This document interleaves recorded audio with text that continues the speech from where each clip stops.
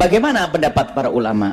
Kalau ulama dulu, kita kembali kepada ulama abad keempat, itu mengatakan rokok itu sunnah. Baik.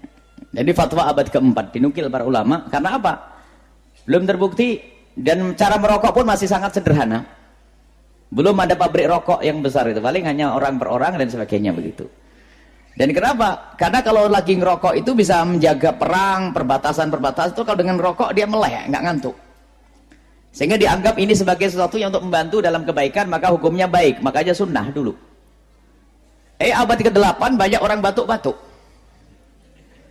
Dan banyak, akhirnya para ulama mulai berubah menjadi hukum makruh. Itu abad ke-8. Mulai menyebar namanya rokok dan tersebar di sana sini abad ke-8, makanya banyak orang ketahuan setelah ngerokok banyak yang batuk-batuk.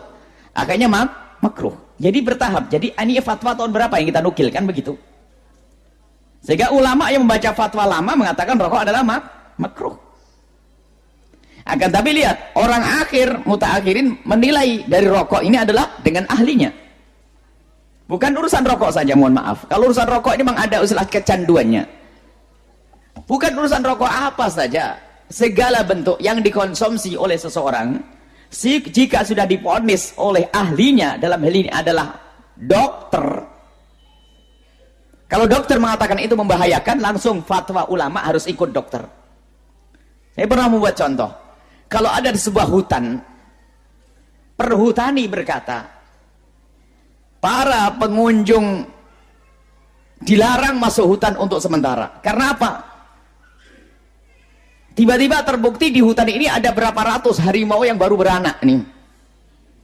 Kalau lihat manusia langsung nerekam. Ini yang ngomong siapa? Perhutani. Kalau yang ngomong Buya Yahya jangan didengar karena saya tidak pernah masuk hutan. Tapi kalau ngomong berhutani haram kita melanggar. Maka fatwa ulama mengatakan haram masuk hutan. Karena sudah dibukti dikasih tahu sama penjaga hutan bahwasanya di sini banyak harimau yang buas dan membahayakan. Kalau Anda masuk lalu dibunuh, Anda bunuh diri. Karena yang ngomong berhutan. Urusan rokok yang ngomong mohon maaf dokter dan bukan saya. Saya tidak ikut-ikut urusan rokok. Mohon maaf. Saya tidak pernah punya laboratorium. Saya tidak ngerti urusan rokok. Saya tidak mau. Hanya saya tanya ahlinya urusan kesehatan. Tanyakan kepada dokter. Tanyakan kepada medis. Apa kata dokter? Minta rekomendasi 10 dokter yang ahli mengatakan rokok adalah ada vitamin apanya atau membuat sehat. Ini kita perlu jujur dalam berfatwa, dalam menyampaikan fatwa. Ulama ahlinya dalam hal ini, anda fas'alu ala dzikri in kuntum la ta'lamun, perintah Al-Quran. Tanyakan ahlinya, dan ahlinya adalah para dokter. Biarpun dokter yang rokok tuh diam-diam ngomong rokok tuh membahayakan loh ya. Dia sadar, dokter lo kamu rokok, iya nih saya itu susah ninggalkan rokok. Tapi bahaya enggak? Ya, bahaya sih. Bahaya. Coba, ini dalam hukum itu sebenarnya sederhana. Tidak usah kita sok jadi dokter. Saya tidak perlu jadi seorang dokter. Lalu nggak usah saya Al-Bahja akan mengeluarkan fatwa kalau sudah punya laboratorium. Oh, sampai mati saya tidak punya laboratorium. Cukup saja tanyakan apa kata dokter. Setelah dokter mengatakan, lalu distempel. Di setiap rokok membuat kanker, membahayakan dan sebagainya. Itu bohongan atau beneran nih kira-kira? Dalam dunia bisnis gak mungkin itu bohong. Dunia bisnis harus dihapus. Mungkin kalau dunia bisnis untuk mempromosikan rokok menguatkan apa begitu misalnya. Harus begitu kan? Tapi malah sebalikannya. Itu bukan main-main, bukan saya yang ngomong. Yang punya rokok pun juga ngomong kok, masa? Yang punya rokok tuh ngomong itu. Itu kan yang nulis yang ngomong rokok. Saya lebih patuh dengan yang ngomong rokok itu sama dokter, selesai.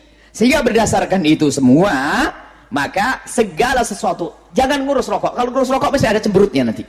Segala sesuatu dari makanan atau apapun yang menurut dokter itu membahayakan, hukumnya haram. Segala sesuatu yang membahayakan, ini sudah ada. Kita perlu lagi bab insyaf. Biarpun ada seorang masih sering makan pecel beracun tadi, misalnya, saya tidak ngomong rokok lagi, rokok bahaya, ngomong sih nggak enak banget itu. Misalnya ada minuman beracun, minuman yang membahayakan. Kalaupun anda masih dalam Kalau Anda masih dalam kubang keharaman itu, cukup minta mohon, minta ampun kepada Allah dan sebagainya.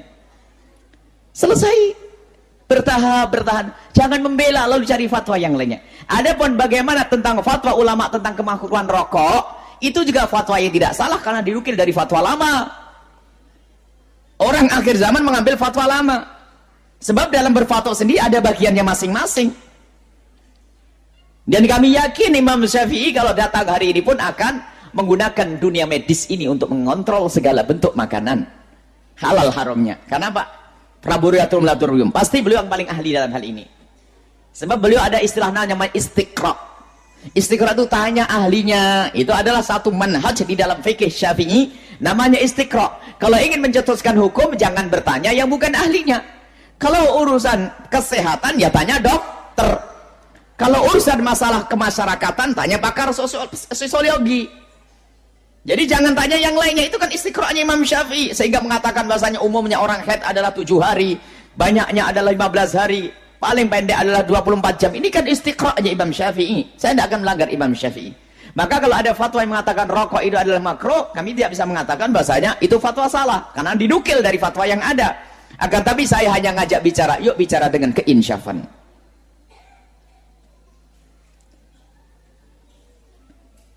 Kalau Anda tidak insyaf, besok insya Allah ada satu rombongan yang menghadiahkan rokok kepada Anda, mengajari anak Anda yang umur 5 tahun diajari ngerokok. Mau enggak? Enggak mau. Istri Anda biar ngerokok semuanya. Putra-putri Anda biar merokok semua. Mau atau tidak? Enggak mau. Perokok pun geleng kepala. Kita perlu ini yang kita bahas. Istafti qalbak, tanya hati kecilmu. Perlahan. Berusaha untuk berubah perlahan. Dan alhamdulillah kita menemukan orang yang banyak berubah. Yang semula ngerokok dan sebagainya perlahan berubah. Harus kita ini insyaf, ini sadar. Dan bukan fatwa saya, makanya kalau ulama yang mengatakan rokok haram, dia juga punya dasar. Ulama yang mengatakan rokok adalah makruh, ada dasar. Ulama-ulama terdahulu. Tapi ayo kita belajar ilmu insyaf yang sesungguhnya. Apa sih hakikatnya rokok itu? Berbahaya atau tidak? Selesai. Nggak usah berhujah, katanya rokok memperpendek umur. Oh, itu mbah saya yang rokok umurnya 90 tahun. Mulai ada kesombongan. Cukuplah, oh iya begitu ya. Memang kata dokter membahayakan. Selesai. Dalam berhujah ini adalah musibah berat. Dan ingat, bagi yang sudah tidak merokok, ya jangan serta-merta mencaci maki orang yang masih merokok. Kemana-mana rokok haram. Sampai sumpah akhirnya dipanggil Ustadz rokok. Gara-gara setiap majelis ngomong rokok haram. Saya punya salah satu orang yang saya kenal. Satu kampung itu ternyata Pak, anak orang yang saya kenal itu adalah Buya kenal dengan Ustadz ini. Oh iya, itu kawan saya. Oh itu Ustadz rokok. Loh kenapa? Setiap di majelis ngomong rokok haram, kayak tidak ada ceramah yang lain lagi. Jadi orang pada tersinggung, rokok haram. Sehingga gara-gara sering ngomong rokok haram, dipanggil Ustadz rokok. Semuanya ada pada tempatnya. Dan saya minta maaf kepada yang masih merokok. Yang masih merokok di majelis ini saya doakan insya Allah sehat, seger, buger, dan cepat berhenti ngerokok enteng. Amin. Insyaf ini. Nggak usah pusing-pusing, nggak usah cemberut oleh kiri kanan. Tinggal insyaf insya Allah. Nggak usah pakai hitungan ekonomi. Wah kalau dihitung rokok nanti 3 tahun saja naik haji. Oh ini saya nggak ngerokok tetap fakir. Nggak usah urusan itu ini. Orang fakir nggak ada hubungannya dengan rokok dan tidak merokok. Biasanya ada berhujah, itu adalah kesombongan. Sudahlah, selesai. Bahas masalah rokok beres.